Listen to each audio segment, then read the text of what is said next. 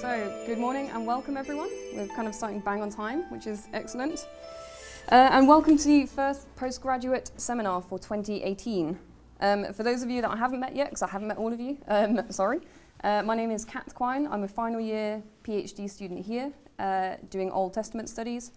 And I'm joined in chairing the seminar this morning by Mark Refford, a final year PhD student in New Testament studies. And as you will all be aware, after attending the excellent first Firth Lecture last night, this year's Firth Lecture is the Lightfoot Professor of Divinity at Durham University, Professor John Barclay. And I'm not going to introduce him again, because he was introduced last night, and I think we all know the breadth of his achievements. But in recent years, in addition to delivering 2 public lectures, the Firth Lecturers have been asked to lead a postgraduate seminar, which is designed to provide our students with a great opportunity to engage with an eminent theologian such as John, but in a more kind of comfortable and less formal context. So this year, Mark and I really wanted to make use of this opportunity to provide as much space as we could for question and discussions after Professor Barclay's paper. So Professor Barclay is going to give us a paper on reciprocity and risk at the economic margin, some early Christian examples, and then Mark and I intend to open the floor pretty swiftly to get us all talking about the interesting content of that paper. So thank you, Professor Barclay. Thank you very much, thank you. In the interest of informality, would you, oh no, I can't take my jacket off, it's got the, it's got the microphone in it. I was about to take it off and I realised I've got the microphone in it. So, as you can see, spring has arrived, and I take full credit for that, because I've just come from the warmest summer on record down under, so I brought the sun with me, and it was waiting for my return, I'm sure. But it's good, very good to spend this time with you, and what I'm going to do in this seminar is a more historical approach to common theme. You'll recognize the same word, reciprocity, that we've had before, but this is going to be quite broad brush in the sense that I'm making some generalizations about early Christianity. I've got a lot of texts to put before you, but I'm well aware that there's a lot more nuance that could be given to this. But I wanted to bring before you some reflections I've had in researching this topic. Studies of early Christianity in relation to wealth and poverty generally assume a model of gift-giving shaped by modern notions of Christian philanthropy. It's assumed that gifts to the poor must come from the rich, and that the giving is therefore top-down. Since the terms rich and poor induce us to think in extremes, our attention is drawn to stories and commands in the New Testament and in other early Christian sources where the super-rich are told to divest themselves of their wealth for the good of the destitute. And we find points of partial similarity to elite benefactors recorded in Greek and Roman inscriptions. In that Greco-Roman system of what's called euergetism, material benefits from the rich were reciprocated by honor from below. But Christian giving, placed under the rubric of almsgiving, is normally hailed as non-reciprocal, morally superior precisely because it's remote from the quid pro quo exchange that characterized most ancient gift relations. In fact, it's widely asserted that the Jewish and Christian traditions were unique in the ancient world in having any concern at all with the poor, who were not the target of elite benefaction and were normally neglected and disdained. Early Christian altruistic morality that stretched right down to beggars stands then as a shining example of Christian moral superiority. It functions as an inspiring precedent for modern Christian charity, which is normally universal and unilateral. Now, I want to change the focus and thereby the model by which we figure early Christian giving, and my span here is the first 2 centuries with a little spillover into the 3rd. I'm using the word gift in the broad sense of donations, loans, benefits, and services. And most early Christian giving, I argue, was given by the poor to the poor. in the mundane but nonetheless difficult systems of mutual support that generally characterize the survival systems of the poor living at and around subsistence level. To lend a hand, to give a small loan, to stand surety for someone in debt, to give food, clothing, or shelter in a time of crisis, these are the everyday activities of the poor among each other, never recorded expensively in stone, constituting not patronage or euergetism, just the mundane but vital ways in which the poor keep each other afloat. This may be described in our sources as giving to the poor, because even for the poor there are nearly always others labelled poor who are worse off than themselves. But it can also go beneath our radar by being described in other ways, general terms like doing good or showing mercy or bearing one another's burdens. Reciprocity, not unilateral giving, is the norm in this world, where our default assumption should be that all gifts are either themselves return gifts, or they are gifts inviting and expecting a return. Since this sort of informal, non-institutional mutual assistance goes on all the time among the poor, we might ask if there's anything special or unusual about Christian gift giving. I shall argue that there are some distinctive features in Christian norms and perhaps practices, but these are not along the usual clear-cut moral lines, as if Christians and Jews were the only people in the Roman world who cared about the poor. Now, what do we mean by the poor? That term, as you know, is notoriously vague, elastic, relative, and rhetorically weighted. And when our texts speak in a simple binary, as they often do, of rich and poor, we're inclined to think that everyone in the ancient world is either a Dives or a Lazarus, as in Jesus' parable, either fabulously wealthy or a starving beggar. There were indeed stupendous inequalities in the ancient world, as in many countries today. But recent work by the classicist Walter Scheidel and the New Testament scholar Stephen Friesen has rightly indicated that there are middling strata, not a middle class in modern terms, but intermediary social layers that fit neither category. And here on the back of the outline handout, you'll see Stephen Friesen's scale, what he calls poverty scale.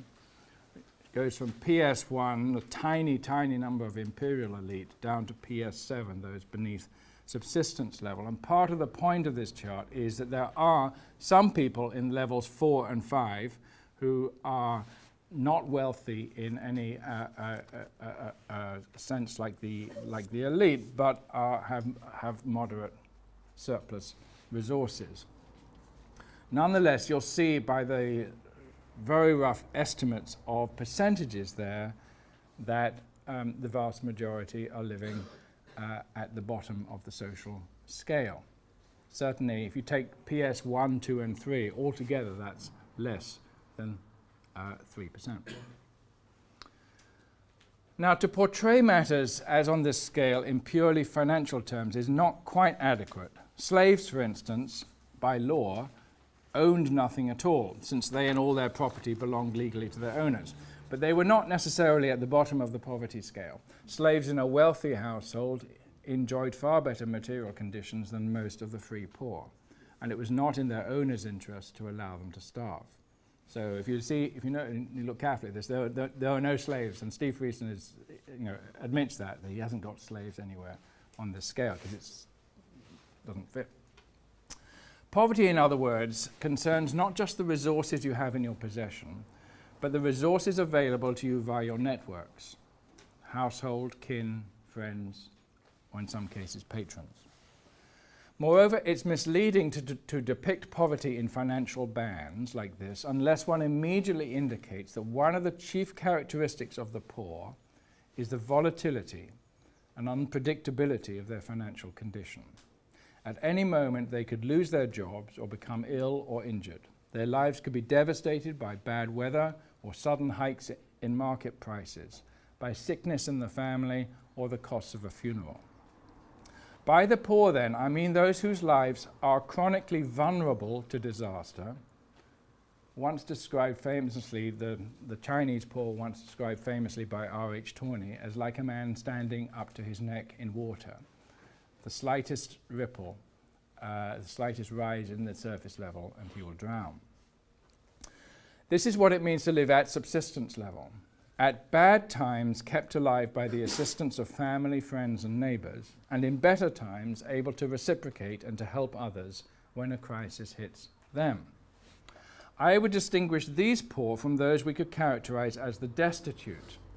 That is, those who were in perpetual crisis because they had no remaining network to support them, or the only networks they had were in crisis themselves. The destitute show up in our sources as disabled and therefore unemployed beggars, as the homeless who've lost the protection of kin. They might last for a while by scavenging, and by the spare coins toss them from afar, because yes, some ordinary people, not just Christians and Jews, did give tiny amounts to beggars in the ancient world. But begging was extraordinarily precarious, and life on the streets exposed beggars to criminals, stray dogs, and infections. The destitute who hang on below subsistence level, in other words, do not generally last long.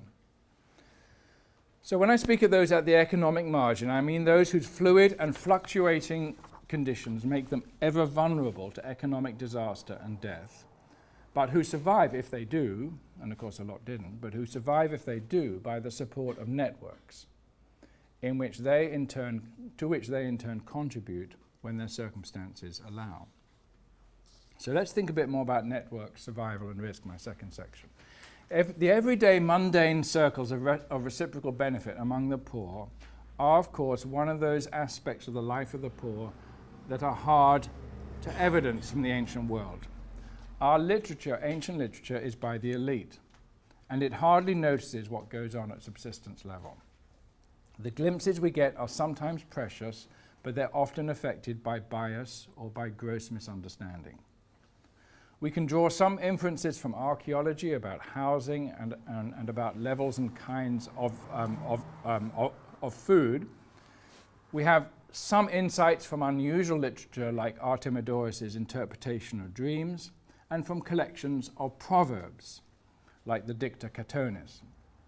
In fact, I think Jewish wisdom literature, including texts like Proverbs and Ben Sirach, is a source from which quite a lot of social realia can be gleaned, and it's surprising to me that ancient historians have not made more use of that material. Not much of it is actually specific to Judaism, and it mostly reflects the common wisdom of ordinary inhabitants of the ancient world. Even in our literary sources, little snippets of the everyday life of the poor peek through. Take a rabbinic text, for instance, in which it is considered legitimate grounds for divorce if a man prohibits his wife from lending kitchen equipment to a neighbor. The kitchen implement she's lending is, of course, part of the sharing, exchange, everyday reciprocity by which friendships are made and maintained in the ancient world. And she can divorce him if he refuses to let her maintain and keep those friendships. Now that sharing, swapping, lending and receiving back is the normal activity of those who depend on one another. And to refuse to lend when asked is to break a friendship and to render one highly vulnerable when support is needed from others. Advice on giving, how to give and to whom to give runs right through the educational and proverbial literature, from Hesiod through Ben Sirach to these Roman proverbs, the Dicta Catonis. So you'll see a few examples on your sheet, number 1. Advice like, be cordial to your neighbor, for if trouble comes at home, a neighbor's there at hand. Love your friends, visit those who visit you, give to him who gives, but not if he does not. If you do good, know for whom you do it, and there'll be gratitude for your good deeds. Give to the good person, but do not assist the sinner. Notice how words like doing good are sort of catch-all phrases for everyday benevolence. They might be in material terms, or they might be services, looking after a friend's child, or visiting somebody who's sick. There's all part of doing good. Be willing to lend, says the Dicta Catonis. Consider to whom you give. Love other people so that you're your own best friend. Be good to good people lest you suffer serious loss. Give freely when you can to someone who asks. Be grateful for services rendered, so make yourself more appreciated. You don't want to get a reputation for being a bottomless pit. I love these proverbs because I think they give us much more the sense of what everyday life is like. Running right through this advice is the assumption that the world runs by reciprocity, that one good turn evokes and expects another, and that one should choose and cultivate the relationships of interdependence in which you can call on help when the need arises. The same assumptions are evidently operative among poor communities in the modern world that have been the object of some rich ethnographic studies over the last few decades. There's some fascinating literature about swapping and sharing among poor communities in Washington, D.C., for instance, or in the favelas of South America or elsewhere. We obviously have, as historians, have to exercise some caution in extrapolating from the present to the ancient past, but there are many aspects of the survival of the poor in, for instance, disadvantaged black neighborhoods in modern America or shanty towns in modern Brazil that seem to mirror well both the vulnerabilities and the survival mechanisms of the poor in the cities of the Roman Empire. All the evidence points to the importance of networks of exchange and relationships of trust. Now, networks have been the topic of intense sociological and anthropological analysis over recent decades, and there are many kinds of networks. Some are single-stranded interactions that involve just one kind of transaction or dimension of life. The more important ones are multiplex or multi-stranded, where material exchanges, services, and benefits of many kinds are at play. Frequent, personalized, long-lasting, and multiplex relations often acquire additional emotional weight, and these dense, generalized relationships form firm bonds to which I give much and from which I can also expect much when the need arises. In fact, historians and anthropologists tend to figure such relations both in antiquity and today in terms of concentric circles.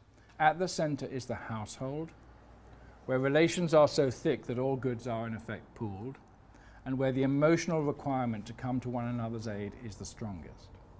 The next circle out are kin, although relations here can differ in depth for a number of reasons, including proximity and personal history. Further out are friends, again of various kinds, and with them or beyond them are neighbors, although the two categories, friends and neighbors, may overlap. So kin, household, kin, friends, neighbors. These are the categories one finds again and again in the literature as the people with whom everyday reciprocity is expected. In some cases, the poor may also acquire patrons, that is, people who are permanently stationed at a higher social level and who have access to power or benefits that the poor require. But generally, the subsistence level poor are not worth patronizing unless they have voting rights or some other form of social power. They have nothing significant to give in return to a patron, so the poor generally have to rely on each other. Crucial here are relations of trust. Gifts of this kind are never reciprocated straight away and are not generally reciprocated in the same form. The return, in other words, is deferred, and no precise calculation of equivalence is possible. Unlike in the market, where you pay and you get the goods at once, here in gift reciprocity, you give and hope for a return at some point in the future and at some other form. But you can never be sure you'll get a return, and the obligation on the other to return is only moral, not legal. Hence, there are strong reasons to keep one's giving within limited and trustworthy circles. The moral obligation on kin is widely recognized and has strong social sanction. Friends and neighbors are riskier. As Sirach says, this is number 2, if you acquire a friend, advises Ben Sirach, acquire him through testing and don't have faith in him hastily. Friends can disappear, or they can feign inability to help. And since your relationship is acquired, not ascribed, the social sanctions for failing to help a friend are lower than they are in the family. Now, in stable rural contexts, neighbors actually may be more dependable than friends, since many agricultural tasks are shared and depend on trust. But in an urban context, where the population is more mobile and where there are more varied forms of social interaction. Neighbours might be, in some cases, helpful, in other cases, no help at all. For those at subsistence level, risk is about survival. One needs to be generous to some others who will be your safety net in an unpredictable environment where times of crisis are bound to arise. But one cannot afford to be generous indiscriminately, not just because resources are few, but because gifts that create no reciprocity are wasted and useless. Hence the wariness in our proverbial literature about the distribution of benefits and gifts. Don't give to the ungrateful or those with a reputation for being stingy. Don't give to those you don't know, and certainly not to enemies. In effect, don't give or lend to those whose credit rating is low or unknown. You need to be able to trust that they will repay, because you're bound to need the support of others on many occasions. Or to change the metaphor slightly, relationships are like an insurance policy. A lot that goes on in the life of the poor is inevitably about reducing or spreading the risk of a vulnerable on-the-edge life. And to take on relationships with people outside the circles of those you already know and trust is to increase, not to minimize, your risk. Now, there's a balance here, of course. If the circle of reciprocity is too restricted, a future disaster may affect everyone in your circle and you'll all go under together. The more comprehensive the insurance, the better, and that may involve building relationships in a variety of different social niches. But trust is crucial. Beware of false friends, be wary of strangers, and avoid your enemies as far as possible. This is not a moral failing, it's simply the wisdom of the poor, with limited resources and in difficult circumstances, in many cases, as you know, exceedingly generous, but understandably cautious about the range within which that generosity can flow. So let's come to early Christian giving among the poor. My section 3. Now, there are undoubtedly cases in early Christianity when relatively rich people joined the community and were persuaded to give at least part of their wealth to the benefit of poorer Christians. Normally, we cannot place such people on the social scale. We have no sense of how much they gave. But reading through early Christian literature, and this has struck me reading through a lot of early Christian literature recently, one cannot help being struck by how widespread was the early Christian suspicion of the rich. Wealth is associated everywhere with greed, anxiety, and distraction from the affairs of God, and it's often assumed that the wealthy will sooner or later drift away from the church. Those thorns and thistles of the parable of the sower reappear in many different forms. The rich have too many competing networks outside the church, and they will, it is assumed, get tired of the continual demands that the church will make on their wealth. If it is fortunate, a Christian community may acquire a wealthy patron or two, but in most cases what we have to imagine in a church is a network of reciprocity and mutual assistance among those at or not much above subsistence level, all vulnerable to personal, social, and financial crises. This goes on under many different names, and because our ears are attuned to particular words like the poor or almsgiving, we're apt to miss the way our sources speak about this all the time. What look like vague instructions to do good works, to love one another, to bear one another's burdens, or to suffer with one another, often, if not always, carry economic connotations. Look at number 3 on your list from a 2nd century text known as 2 Clement. We should be restrained, merciful, and good. I think you should translate good there as benevolent or generous. We ought to suffer with one another and not be attracted to money. So that last phrase, not be attracted to money, shows you that all the way through this, financial considerations are at play. We're surely to see suffering with one another as an injunction to commit economic resources to the support of one another. But of course, mutual support is about more than just money. The numerous services that are essential to survival, looking after other people's children, visiting and aiding the sick, lending food when a friend has an unexpected visitor. Remember Jesus' parable of the person who knocks on his friend's door in the middle of the night, just got a visitor, I've got no bread to give them, can you lend me a loaf of bread? That's all part of the sharing economy of the poor. Good works, doing the good, showing mercy, being kind, these are among the portmanteau phrases that the New Testament and early Christian texts use constantly in this connection. And even the Greek word eleemosine means in many cases not almsgiving, that is giving to the destitute, but simply acts of mercy or kindness to someone presently in more need than you. Koinonia, which we translate fellowship in some sort of vague spiritual sense, has clear economic connotations in most ancient texts. This is not just about a nice feeling of fellowship, but the practical ways that food, goods and services are shared in a community that survives by mutual support. Such is the ideal both of households, where the pooling of goods is total, and of friendship, where the rule is pantakoina philone, friends have all things in common. In fact, by adopting primarily from Judaism the language of kin or family for one another, remember how Christians call each other all the time brothers and sisters, the early Christian communities, by that very language, committed themselves to an ethos of mutual economic support. Since, as we've seen, kin were always the first and the most dependable source of financial assistance. As 1 John puts it, if you possess money and you see your brother, note that label, your brother, in need, while you close your heart and refuse to share what you have, that is the greatest possible moral affront. By calling each other adelphoi, brothers and sisters, adelphoi, Christians laid huge expectations on each other.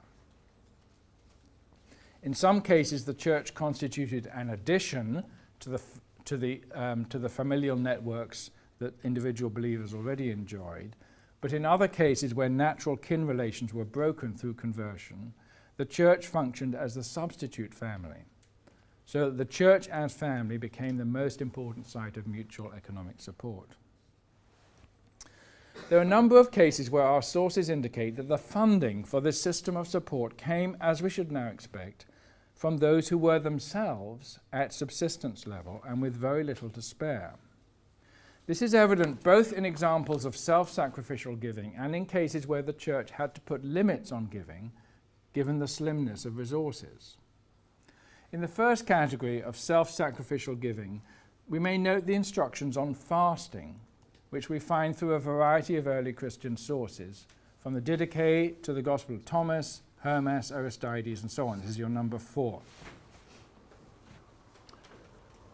Perhaps influenced by Isaiah 58 and as part of the wider discussion in early Christianity about the purpose and form of Christian fasting, the instructions in all these rather varied sources and in various wording is that fasting, the point of fasting, is that it enables Christians to give to others.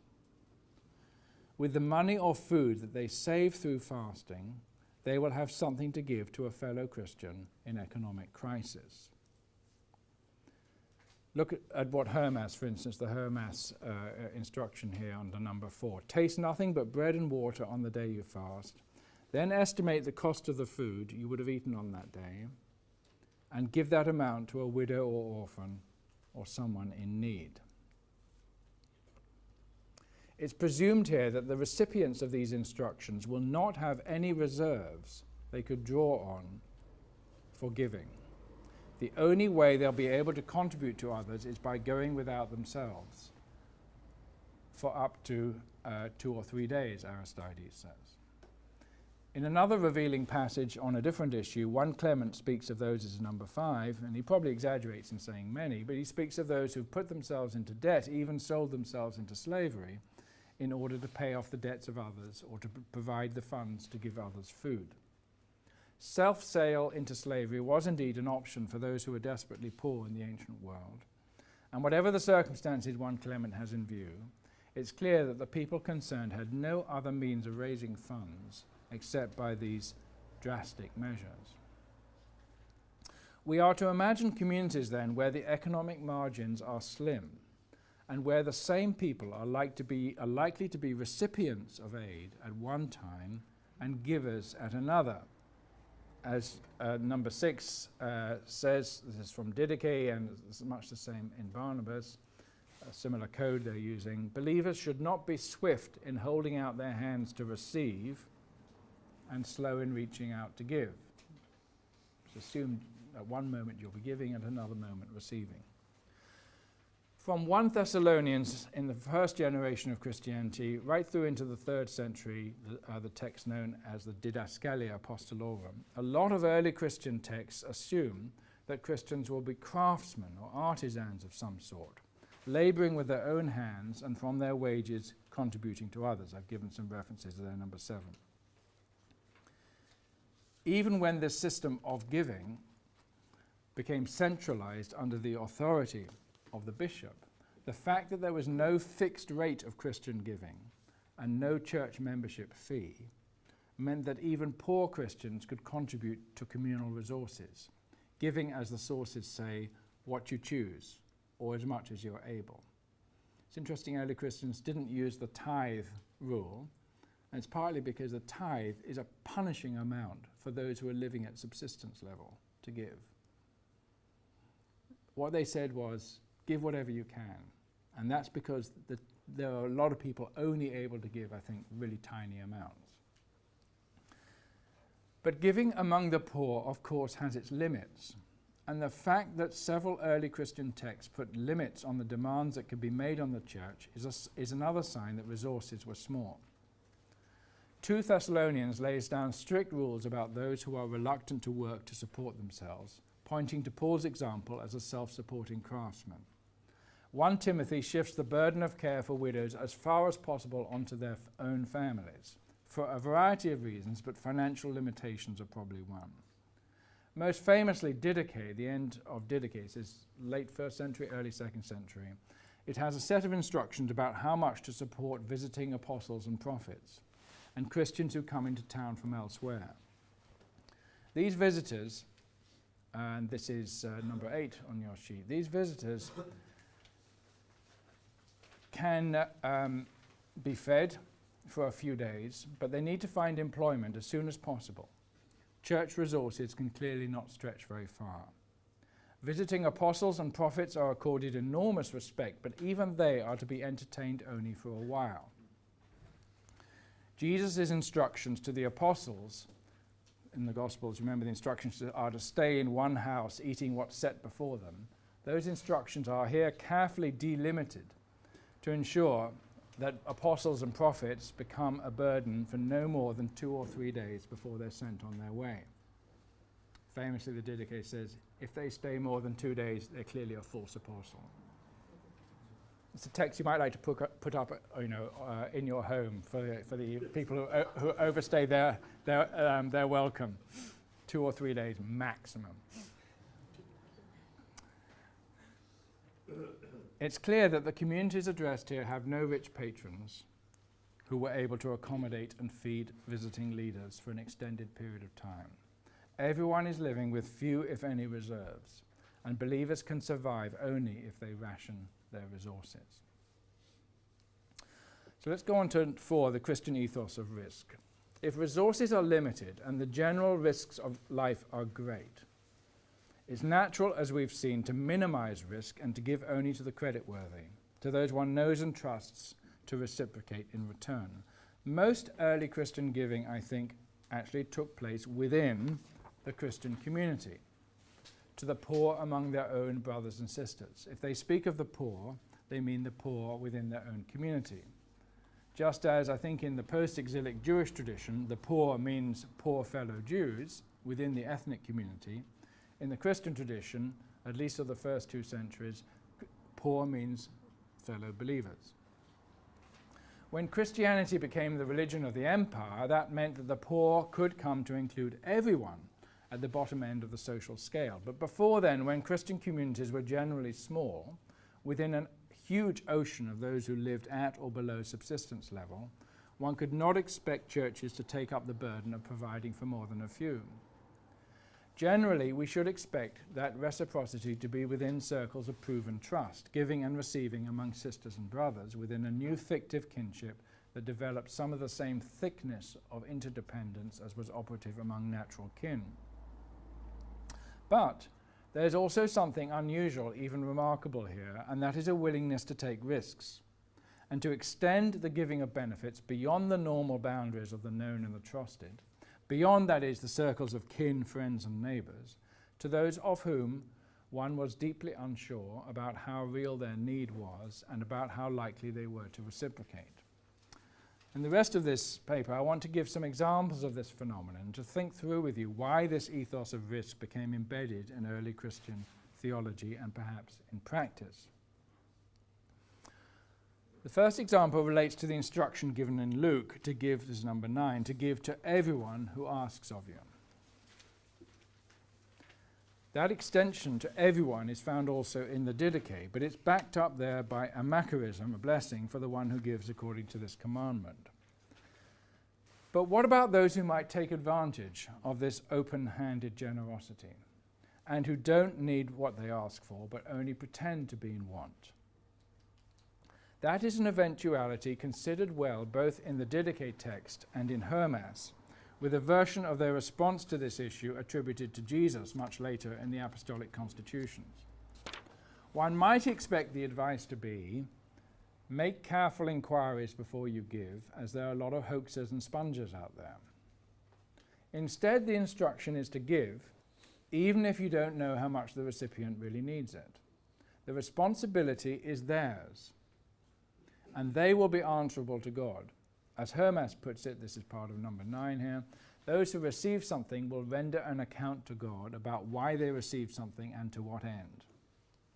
For those who receive because of hardship will not face condemnation, but those who received out of hypocrisy, that's pretending, will pay a penalty. And so the one who gives is innocent, for he was given a ministry from God to complete, and he has completed it haplos, in a simple way, having no doubts about to whom he should give or not give something.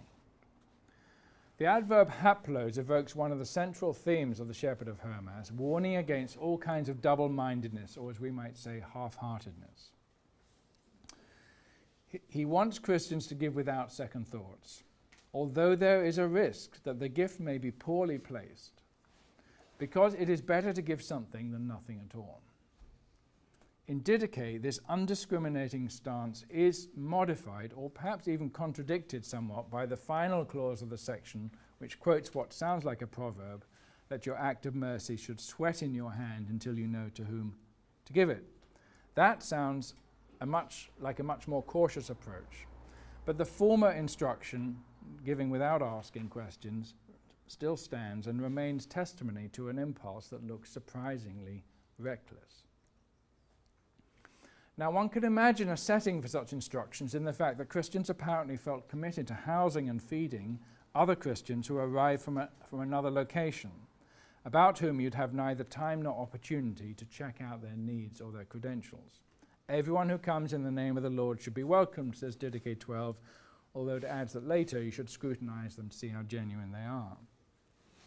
The common ethos of hospitality for visiting Christian strangers is found in many early Christian texts, although one can also imagine letters of recommendation or letters indeed of warning, as we find in 2 and 3 John. It's possible that the first flush of trusting welcome to unknown brothers and sisters gave way over time to a more cautious approach.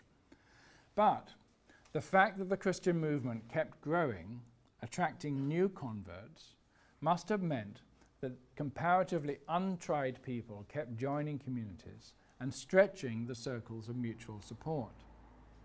In such a context, the risk of being taken for a ride was no doubt considerable. There's a famous case where Lucian thought that the Christians had been duped by a man called Peregrinus. That some Christians at least were prepared to take such a risk of being duped suggests an ethos where generosity could be extended beyond the normal limits of trust.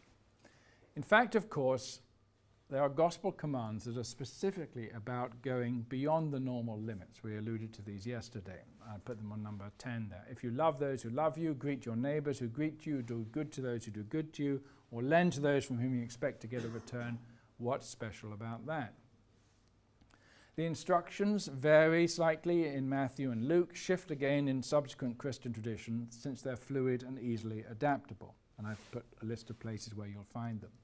What these suggest is a self-conscious impulse to go beyond the normal circles of safe reciprocity, the patterns of giving where, for the good reasons outlined above, the poor channeled their giving among people they could trust.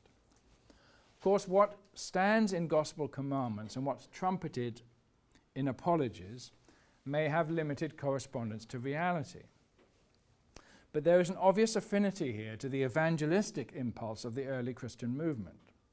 In order to break fresh ground outside the normal circles of kin and friendship, the early Christians had to offer friendship and assistance, prayer and healing to those who were formerly outside the circles of trust.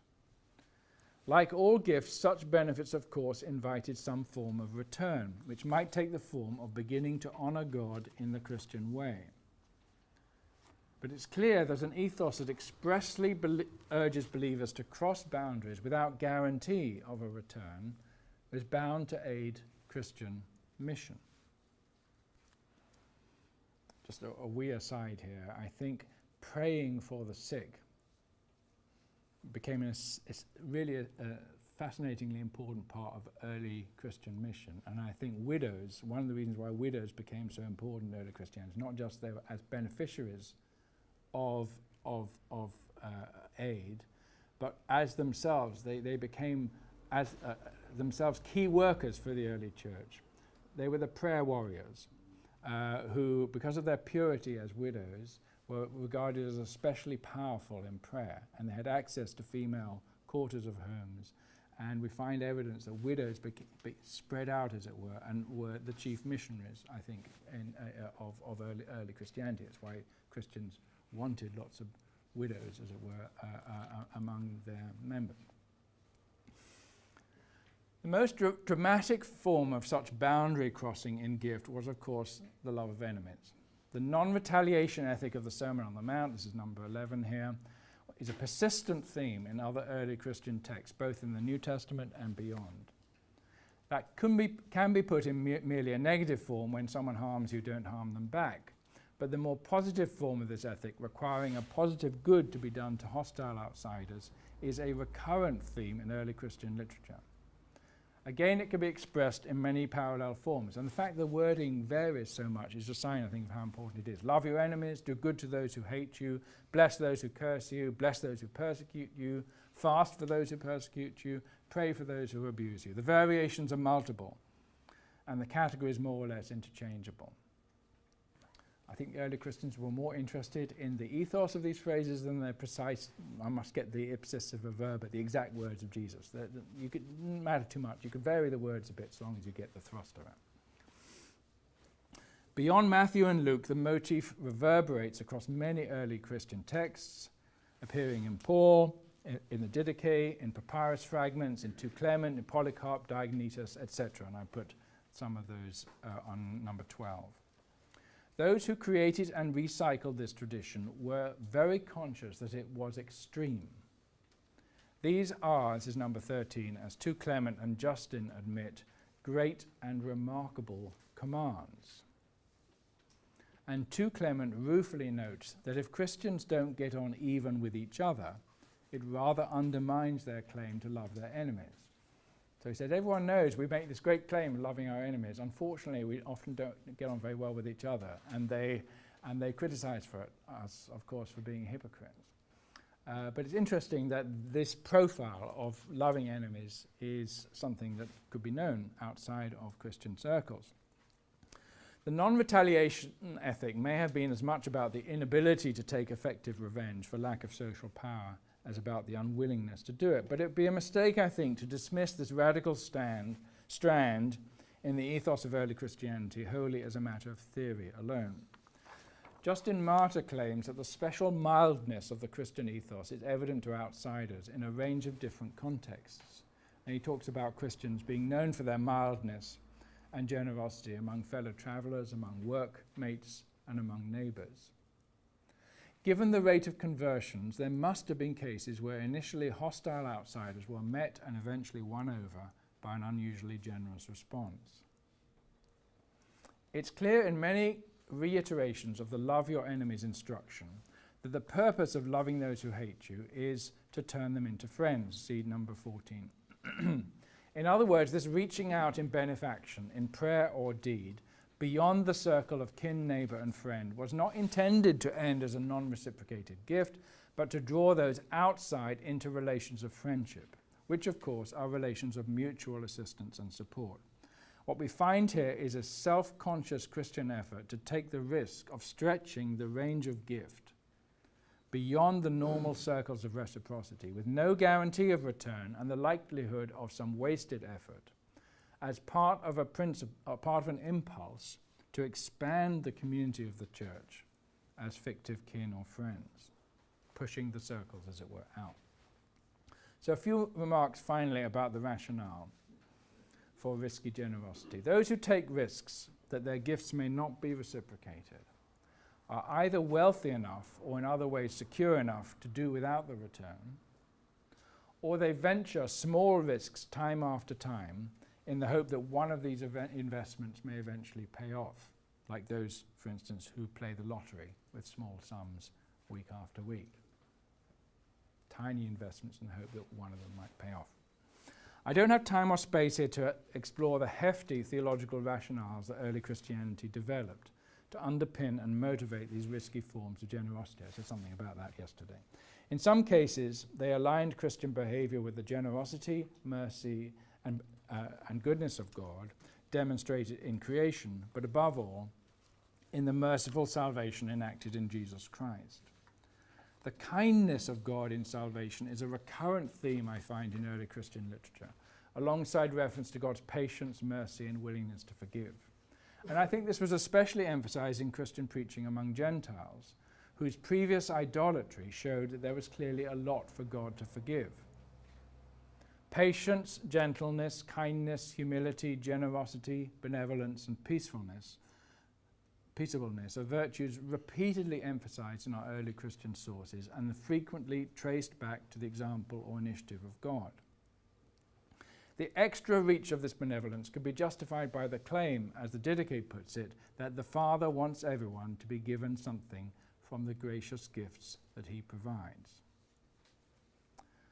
But how could you justify a generosity that may never get a return, the extension beyond the circles of assured reciprocity? In most cases, I think the early Christian communities were not so wealthy as to be nonchalant about risk. The Christians who were urged to do good to their enemies in the Didache are the same as those who can't afford to have visitors share their food for more than 2 or 3 days. So another significant strand in early Christian justification for this extreme ethic is that those who give in this way will get a return, but as we said yesterday, it'll come from God, not from those to whom they give. The ethos set here is not that a one-way unreciprocated gift is somehow better in principle than a reciprocal gift among family and friends, only that Christians can afford to take the risk of no return because their investment is always in something above and beyond the worldly conditions in which they currently operate. And it's this investment in another alternative good that makes this early Christian risk-taking ethos congruent with other rigorous, extreme or radical features of early Christianity. I think one of the most striking features of the early Christian movement was its capacity for radical, we might say extremist, thought and action. The break with ancestral custom and with family tradition that was involved in leaving what they called idolatry was immense and often hugely costly. Gentile believers were, one might say, risk takers just by virtue of joining the church. The ascetic impulse in early Christianity, in its frequent expression in the renunciation of sex and of marriage, is, I think, another symptom of this capacity to refuse the normal expectations of what they called the world. And attitudes to money and to material possessions were part of this same radicalism. Not everyone here could make a dramatic gesture. If you have little to start with, you can hardly protest against investment in worldly wealth by giving a lot away. But you can act somewhat carefree in relation to possessions.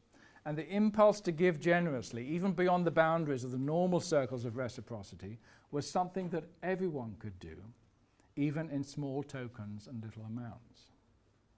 Above all, this fitted the early Christian self-image as an alternative, purer community, operative above the normal standards of compromise and limitation, transcending the everyday forms of human interaction and thereby subverting them. If conversion, ritualized in baptism, constituted a new self and a new idealized community, the Church needed to display its otherness and its heavenly orientation. And there was no better everyday fashion in which to display this than through innovative, even radical forms of nonchalance with regard to the earthly materiality of wealth. Moreover, as I've suggested, the ethos of risk-taking, boundary-crossing generosity we find advocated in early Christian sources is precisely the theology that one needs in a new religious community that wants to grow. If the early Christian movement was to expand, as it felt itself compelled to do, it needed not only to cross ethnic boundaries and so move outside the circles of kin, but also to establish itself in new social environments. No doubt, conversions often ran through family networks and extended to the friends of friends. But in constituting new communities, the risk of new relationships was both inevitable and desirable. If you do good only to those who do good to you, your sphere of influence will spread only so far. If you bring benefits and material support and healing to those who are relative strangers, your reach is extended into new social fields. I'm presupposing here what I said at the outset, that every gift is either a return gift or expects and invites a return gift. So we find numerous tales of early Christian healings where the healed joined the Christian community. Sometimes, if they're wealthy, giving large amounts of money as grateful return. In other words, the generosity ethic we find in our sources is an integral part of early Christian mission. Not just in communicating the generosity of God, but in extending social links in new directions, some of which those extensions were no doubt fruitless, but some of which bore fruit in new converts joining the community. And in extending and strengthening its networks of mutual support, the Christian communities built up their capacity to take further risks, especially if they netted the occasional rich patron. But crucially, they didn't depend on these patrons for their success. It's perhaps in the mutual give and take among the poor, laced with the willingness to risk new relationships, that we may trace a good deal of the success of the early Christian movement.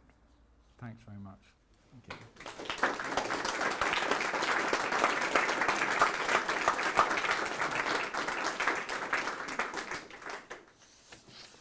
Well, thank you very much, John, for what was a very stimulating and quite detailed paper, and there's a lot to get our teeth into in the discussion.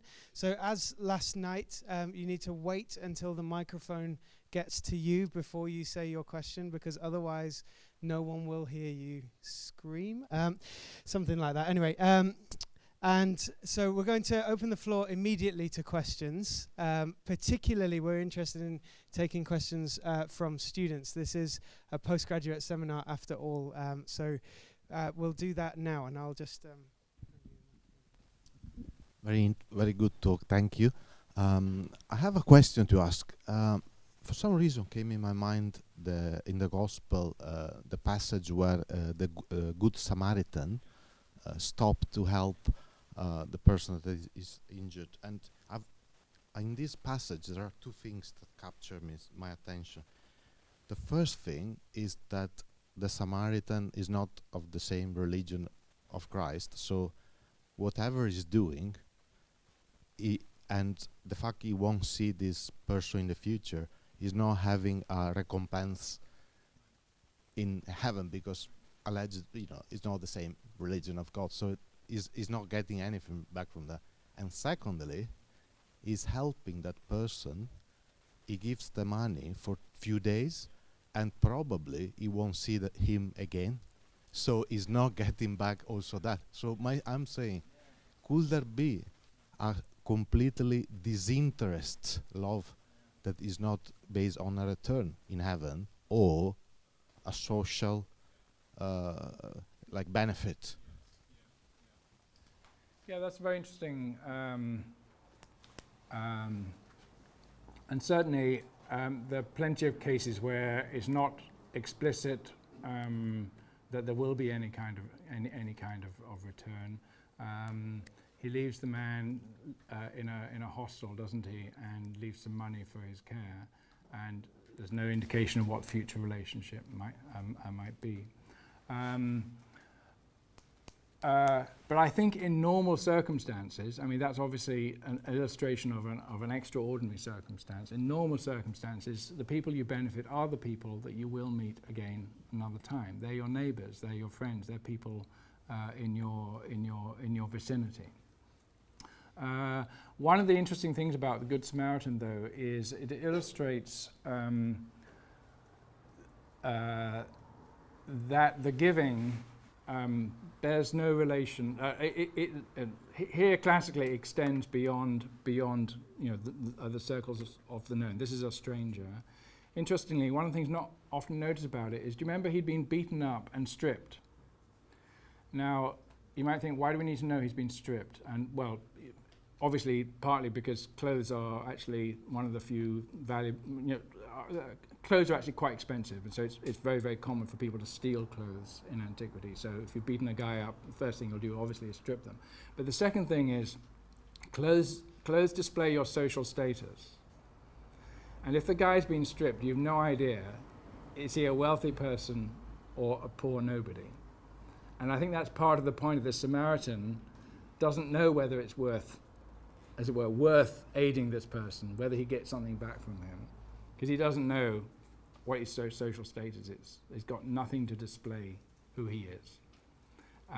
And so in that sense, that's about crossing any boundaries, not only the boundary between ethnicity, but also the social boundaries, because you just don't know what kind of, is he worth helping, as it were?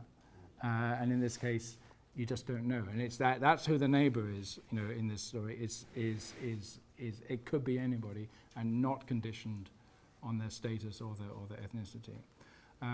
So yes, there is that impulse to just give. But I think, as I say, in normal circumstances, this would be part of an ongoing relationship or the start of an ongoing relationship. But that's an interesting what you bring out there. Thank you. You've talked a lot about personal commitment in giving and reciprocity. One of the first things that hit the early church in the Acts of the Apostles is they ran straight into a distribution problem because they ended up with Greek widows who couldn't actually communicate, which is why the first deacons, 6 out of 7 of them have got Greek names. Would you like to comment on the immediate necessity of the early church for having an arm's length distribution system, because this tends to destroy one's personal identity with the gift you're giving? Yeah, I think what happens. I think it's possible Luke's retrojecting the stuff that only developed later, but you do certainly get moves towards pooling resources. That's a really significant move, because then the question is, who decides how the pooled resources are distributed? And the person who has that power, it emerges you can see from Ignatius' letters, is the episkopos. Episkopos means a financial officer. And the role of, we translate it bishop, but the role of bishops in financial terms becomes, I think, extremely important. They're the focus of unity for all kinds of reasons, but partly because they control the distribution of funds. I mean, Peter Brown has done some extraordinary work on the importance of bishops post-Constantine, who take on this sort of patronage role, as it were, to the poor as a whole. But I think you can see the beginnings of it already earlier. So Christians are encouraged not only, I don't think the two are necessarily contradictory, but not only to help one another, as it were, but also to contribute, in some cases at least, to a pooled fund. And then you get this sort of question, well, who's eligible for support from the pool fund and who decides that. One of the things you find fascinatingly, which is why I'm so interested by the widows, is if you look at the Didascalia, which admittedly is a 3rd century document rather than 1st or 2nd, but there you find strong instructions: don't give directly to the widows, give to the bishop, who he'll decide which widows need support. So what's going on is these widows who are going house to house and praying and benefiting, people are paying the widows, and the bishops are getting very antsy about that because it's an alternative source of power in the church. So I think you're right to put your finger on that. You know, that's a dynamic I didn't talk about much. The question of who the church gives to and who decides the distribution and the scale of the distribution, where that becomes pooled, then the role of leadership in the church becomes really important. Yeah. Thank you very much indeed. Just a wonderful talk. A comment which I hope will be helpful, and a question. I was very interested in you drawing parallels with behaviour in places like the favelas and so on, where there's absolute poverty and people are sharing. Thinking about the Calais jungle and the favelas and the immigration populations now on Greek islands, one of the things that marks them out is a gang culture. Right. That there's a kind of an overlay of violence, of clannish behaviour, and so on. Very much sort of Lord of the Flies civilization cut back, powerful men, and it is mostly men, making life very, very difficult for exactly the very poor that you're referring to. And perhaps it helps your argument in the sense that so far one sees no evidence of such a culture in these very poor Christian communities. It helps that sense in which that community was built on a different ethic other than just earthly survival. If that is an archetypal way in which groups of people who are really poor behave, namely to break up into groups like that, the absence of that might help your argument shine even more strongly. Thank you. That's a very interesting observation. I think I mean, in some senses, those refugee camps are extreme phenomena, and therefore you get levels of behaviour there that are somewhat atypical.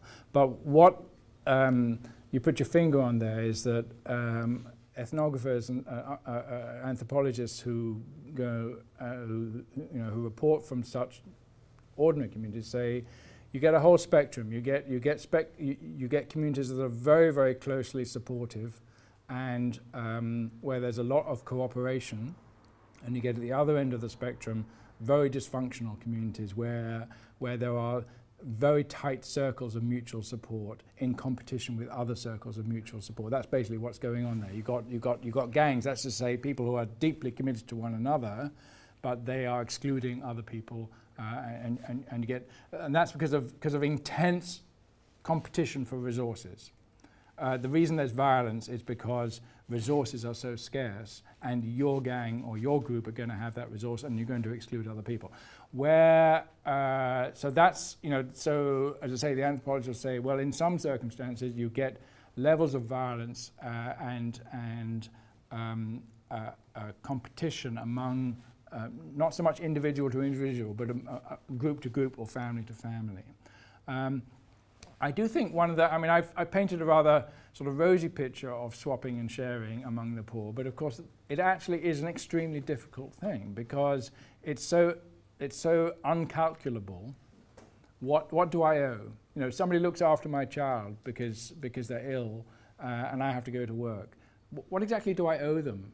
How do I calculate? And if I don't reciprocate, they're likely to feel they've been taken for a ride, and they've, and I've not, so do I over reciprocate, and then, so exactly how the capacity for grievance, of hurt and harm, and of relationships fracturing, is enormous in those circumstances. And I think one of the reasons the early Christian communities had to work so hard, why are they incessantly going on about being nice to one another?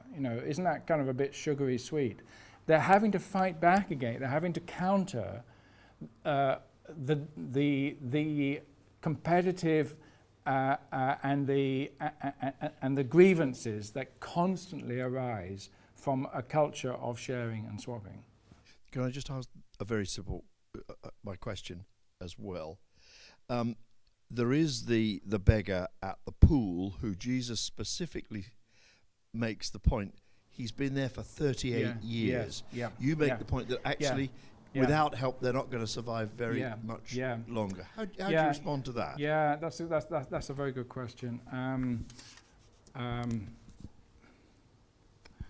Where beggars do survive, it's because they have somebody. Well, they either are in a very strategic position, a place, they're locating themselves in a place where there's a lot of passing traffic and they can expect enough money to survive. And this happens not just in Jewish circles, but in Greco-Roman circles as well. Beggars are usually outside temples because they can hope for some sort of generosity from people coming in or out. So they position themselves, if they're able to move. And often if they're unable to move, if they're disabled in that way, then they need people to position them. Like people who bring the disabled to Jesus. So either they're in a very strategic, they found a niche, as it were, from strangers, but that is precarious because strangers are strangers. Or they have some kind of network behind them, family or whatever, who are able to guarantee to be the safety net. What you often find is that that beggars are not completely without a network. Of course, in our own day, the homeless are precisely destitute because all their networks are broken down. They don't have a couch to sleep on because they've got no friends or family left, or their family have disowned them, or they've disowned the family, or whatever. It's a classic case of what destitution comes from the collapse of networks. And so, in each case you'd have to say, well, what kind of networks do these beggars actually have anymore, or have they lost them all? I think where they've lost them is where they're going to die very, very shortly. Yeah, thank you. Kat, you have a question. Yeah, thanks. I wasn't expecting to get in ahead of the queue, so sorry. I was making a forceful eye contact. I have a more historical question, if I may, John. I was really interested by a couple of the things you said that I wondered how they fitted together. Yeah. And one was, of course, the admission that texts don't always reflect reality. And then you also alluded to the fact that we often don't see the benevolence of the poor recorded in texts. Or, I think you said it's not inscribed in stone. Yeah. It's one of those things that often actually goes under the radar. Yeah. So I was kind of wondering about the kind of the politics of the textualization of these ideas. Are they, I'm not trying to suggest at all that none of this was going on, but why, I don't know, does the fact that they've been written down, are they trying to persuade Christians to do these things, or are they reflecting a reality that was on the ground? Yeah, that's a good very, very good question. I need to think more about that. I actually think early Christian literature is unusual literature because it is coming from a social level in many cases, unlike the elite literature that we normally have. I think we sometimes underestimate that. These are not elite texts. They've only survived because the Christian church has decided, to keep them. But if there wasn't for that factor, they would have all been lost. So they are an unusual. I know they vary among themselves. I know there are more kind of high level literature among early Christian texts, but quite a lot of texts like the Didache and so on would never have survived because they were just uninteresting to the elite. So to some extent, I think the texts do give us a window, or at least onto an ethos that we wouldn't otherwise have heard of. But as I say, not a million miles from the kind of little glimpses we get from proverbial material and so on. But the other thing, you're right, is you do have to watch the politics of these texts. And of course, we should be particularly suspicious of texts that are apologetic. I find that people make a lot, probably too much. I've referred to Justin Martyr's apologies and Aristides and so on, and I haven't been explicitly as cautious about them as I probably should, because I do think the kind of claims that are made there are clearly being egged up for a particular reason. It's when you find, however, that the same kinds of motifs are circulating in literature that isn't for the outside, consumer. And when you find, also when you find early Christians like 2 Clement saying, well, actually we're not very good at living up to this, you think, okay, so there is an ethos here, variable in practice, but it's not completely unrelated to reality, I think. It's hard to prove that last point, is it?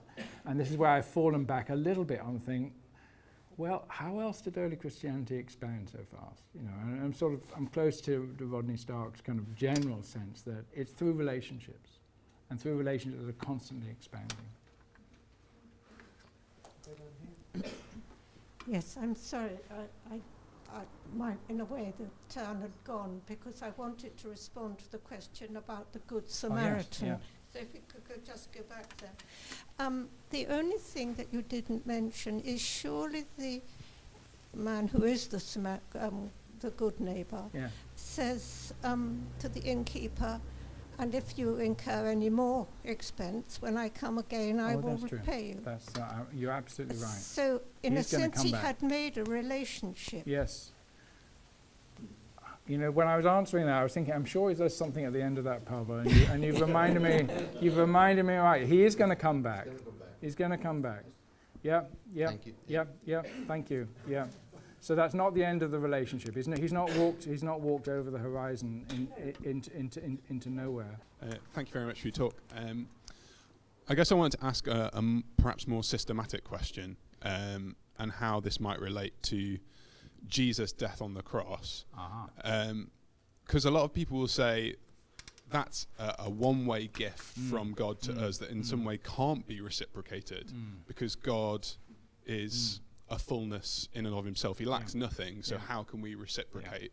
And I kind of wondered how, what you've been saying would speak to that, and also whether, if we're finding these relationships of reciprocity in the early church, whether that actually reflects a reciprocity that takes place in the cross. Because I'm not entirely sure I agree that you can't reciprocate to what God has done. But could you speak to that? Yeah. So it all depends here what we mean by reciprocation. What is early Christian response in faith and love to God, but in some sense a reciprocation of the gift? Now, God needs nothing, absolutely right.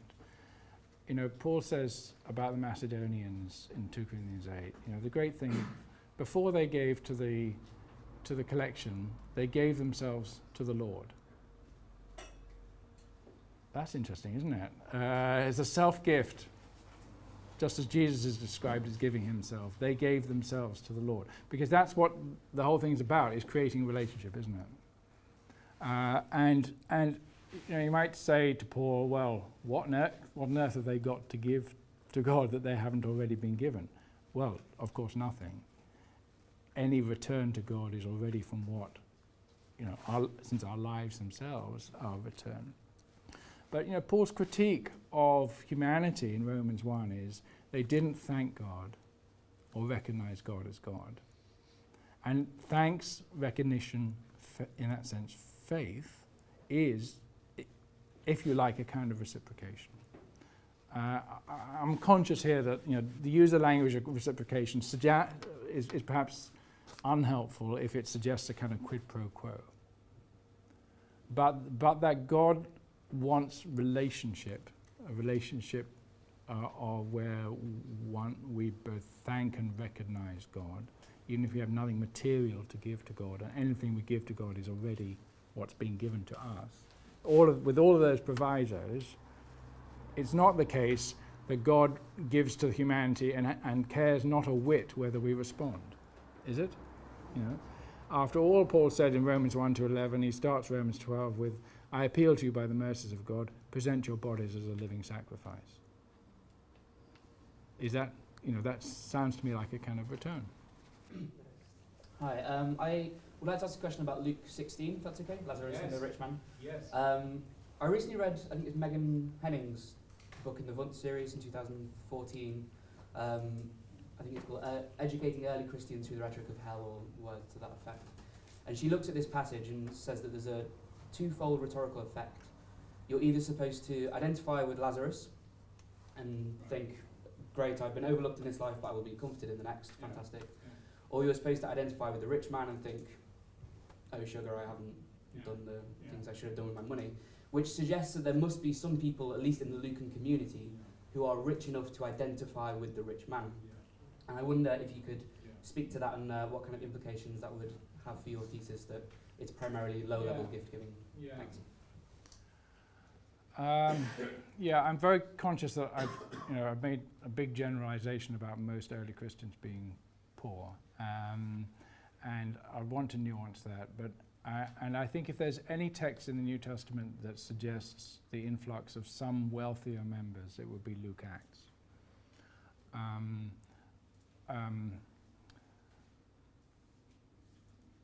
I think. I say that partly because Luke has stories in Acts of upper class women, exactly at what level, whatever, but joining the church. He has reference to people selling fields and so on. I'm not. I think in the Lucan circles, what we're finding is the beginnings of evidence of some wealthier. I mean, how high they are up on that scale. I don't think they're anywhere near the very top, and how high they are is really hard to say. But they're probably at more than just subsistence level. At the same time, though, Luke is, exceptionally critical of wealth, because he regards holding on to wealth as not only a derogation of your duty to others, but also a huge obstacle in your relationship to God. You cannot serve both God and mammon. So if they're wealthy, he expects them to give that money into the resources of the church. As I say, the kind of nearest he gives to what that might look like is the stories of pooling. How literally he sees that working out in every case, I don't know. But what it indicates is his church might have some wealthy people attracted to it, but the demands it makes of them are massive. And it's that kind of doubleness that I think. You find the same in the Shepherd of Hermas. There are a few rich people around. But basically, the Shepherd of Hermas says, these are the stones that are not yet being built into the building of the church, because they've got to have all their corners knocked off. And the corners that need to be knocked off are their wealth. And unless they make massive commitment of their wealth to the poor, who they need to pray for them, or they're never going to get into heaven. Unless they make that sort of commitment, they're not really a part of the church.